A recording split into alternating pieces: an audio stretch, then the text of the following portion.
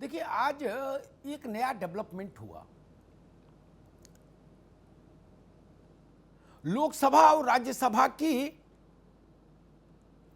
इन्हीं विधेयकों पर जो बहस हुई, उसमें भिन्न भिन्न राजनीतिक दलों ने क्या बोला, उनके भाषणों को लेकर एक नई चर्चा आरंभ हुई। किसी ने कहा कि भाई प्रफुल्ल पटेल एनसीपी के, उन्होंने राज्यसभा में इसका समर्थन किया। किसी ने कहा कि स्टैंडिंग कमेटी की बैठक में मुलायम सिंह जी ने एक बार ये कहा था। किसी ने शरद पवार जी की चिट्ठी रखी जब वो कृषि मंत्री थी भारत के, और मध्य प्रदेश के चीफ मिनिस्टर को उन्होंने चिट्ठी लिखी थी मंडी के कामकाज को लेकर। इस मामले में मेरी कोई रुचि नहीं। अब लोग चौंकेंगे, भाई इस मामले में रुचि क्यों नहीं, इस पर इतना हाय तौबा मचा है, आपने सीरियस खारिज कर दिया। क्योंकि मेरे लिए मसला यह नहीं कि पार्टी क्या कह रही, राजनीतिक दल, क्योंकि राजनीतिक दलों के चिंतन की सीमा रेखा और उसकी परिधि मैं जानता हूं। अभी दूंगा उदाहरण। मेरे लिए या देश के लिए महत्वपूर्ण यह नहीं होना चाहिए कौन किधर खड़ा है ना। बसपा किधर है, सपा किधर है, तृणमूल किधर है, कांग्रेस कहां है, भाजपा कहां है, जनता दल यूनाइटेड कहां है, इस चक्कर में देश को पढ़ने की जरूरत नहीं। मैं बार बार कहता हूं 150 करोड़ के आसपास का देश है। 135 करोड़ सरकारी आंकड़ा, और चूंकि जनसंख्या अभी दोबारा से गणना हुई नहीं, इसलिए जनगणना, इसलिए 150 करोड़ तो हो ही गई मिनिमम। उसमें सारे राजनीतिक दलों के चेले चिंटू जोड़ लो तो कितने, भारत का कितना हिस्सा, 20% भी तो नहीं, सारे के चिंटू पिंटू कार्यकर्ता सब जोड़ लो, रामलाल से मोतीलाल सब। इसलिए वो इशू नहीं। मसला है किसान की मांग ठीक है कि नहीं, मसला है किसान की सुनी जानी चाहिए कि नहीं। इस बाकी किसी विषय में मेरी रुचि नहीं, और हिंदुस्तान की भी मेरे ख्याल से रुचि नहीं, क्योंकि जितना हम राजनीतिक दलों को जानते हैं उतना देश भी जानता। अब मैं एक सवाल रखता हूं, मुझे सारे लोग मिलके, नवीन बाबू आप समेत सारे राजनीतिक दल मिलके, विद्वान साथी हो सब लोग, ये बताओ देश में कोई ऐसा बड़ा आंदोलन हुआ आज तक जिसके पक्ष या विपक्ष में राजनीतिक दलों ने अपनी पोजीशनिंग ना की हो? उत्तर है नहीं नहीं नहीं। आपके पास हो कि हां ऐसे आंदोलन रहे जो न्यूट्रल है, जिनके पक्ष विपक्ष में कोई नहीं खड़ा हुआ, तो आप बता दीजिएगा, तो मैं अपनी बात माफी के साथ वापस ले लूंगा। और नहीं तो फिर इसमें नया क्या? जो सियासत कर रहा है, शहर में मजमा हो, वो उसमें नहीं निकले, कोई लाइन नहीं ले, या तो जिंदाबाद वाले लाइन में जाएगा या मुर्दाबाद वाली में, खाली तो नहीं बैठेगा। राजनीति करनी ही तो इसमें चौंकने की कौन सी बात, नई बात कौन सी है बताओ। रही बात किस नेता ने क्या कहा, तो एक और अच्छी बात बता देते हैं। ओंकार जी को याद होना चाहिए इंदिरा गांधी के समय में all India Assam students union AASU ने एक प्रचंड विकराल आंदोलन किया असम में। इंदिरा जी भी जिद्दी महिला थी, अड़ गई, सरकारें अड़ भी जाती, भाई सरकार है, थोड़ा तो नशा रहते हैं।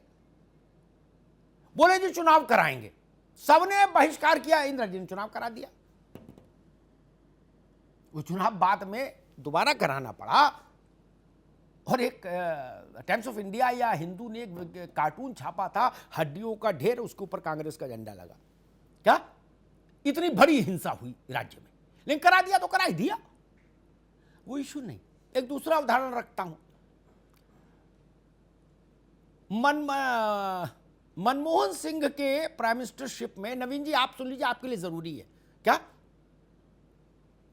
मुझे पता नहीं समाजवादी पार्टी और कांग्रेस क्या तर्क देंगे, लेकिन जो मेरा अपना तर्क है वो मैं जरूर रखूंगा। कृषि पर चर्चा हो रही थी, अपर हाउस में, राज्यसभा में Arun ji leader of opposition थे, अरुण जेटली जी योग्य व्यक्ति थे, बड़े वकील थे। उनके 5 शब्द मैं उद्धृत करता हूं स्मृति से, गलत हो तो मेरे ऊपर मुकदमा कर दीजिएगा, मैं माफी मांगूंगा, ठीक। अरुण जी ने कहा मनमोहन सिंह से कि मिस्टर प्राइम मिनिस्टर, आप हिंदुस्तान के किसान को अंधेरी सुरंग में ढकेलना चाहते हो। अरे ये हिंदुस्तान का ट्रेडिशनल सिस्टम है जिसमें आड़तिया है और लोग हैं जो किसान के बुरे वक्त में उसके मददगार होते हैं। और अरुण जी चूंकि योग्य थे, वो तर्क कहां का लाए। उन्होंने कहा आप कह रहे हो वॉलमार्ट आएगा और कौन कौन आएंगे, विदेशी सब बड़ी कंपनी वाले, किसान का दिन बहुरेगा। उन्होंने कहा जहां वॉलमार्ट 30 साल से है, जहां वॉलमार्ट 30 साल से है अमेरिका, वहां अमेरिका की सरकार को वॉलमार्ट के जरिए जो किसानों को संकट हो रहा है उससे उनकी जान सस्टेन करे, वो जीवित रहे, इसके लिए उन्होंने एक आंकड़ा दिया 6,000 करोड़ रुपया प्रति माह सब्सिडी दे रहा है। तो अरुण जेटली ने पूछा कि आपके पास इतना पैसा है क्या गरीब देश के पास, भारत के? आप विपक्ष में थे तो आपने तर्क दिया। सुषमा जी जैसी प्रखर वक्ता लोकसभा में बोली, उन्होंने मालूम क्या कहा? उन्होंने कहा ये जो वॉलमार्ट टॉलमार्ट टाइप के जो लोग हैं, इनको हमारे यहाँ के किसान के फटे कुर्ते और फटी थेगड़ी लगी धोती और बिना चप्पल के फटे बेवाई वाले पांव रास नहीं आएंगे। और उनके शब्द उद्धृत करता हूं सुषमा जी के लोकसभा में। उन्होंने कहा छूछक हो बच्चे का, अम्मा का मोतियाबिंद का ऑपरेशन हो, बिटिया का ब्याह करना हो, किसान पगड़ी बांधता है, मंडी चला जाता है, आड़ती से कहता भाई 10,000 रुपया दे दो, ना लिखा ना पढ़ी, ना टिन नंबर ना डिन नंबर, उसका जीवन सुखी हो जाता है। बोले वॉलमार्ट आएगा तो कौन देगा? सुषमा जी साइड, मैं नहीं कह रहा है ना।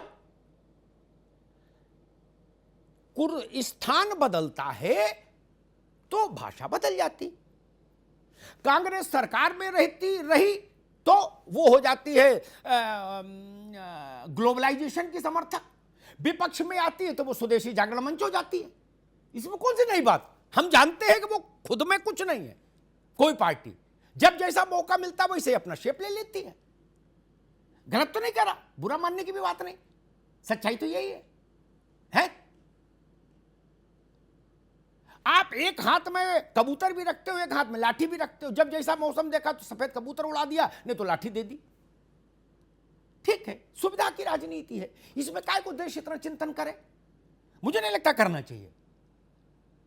और बाकी मित्र अगर उलझेंगे तो उनके नेताओं के भी बयान बता दूंगा, जब विपक्ष में थे तब क्या बोले, सत्ता में आए तब क्या किया।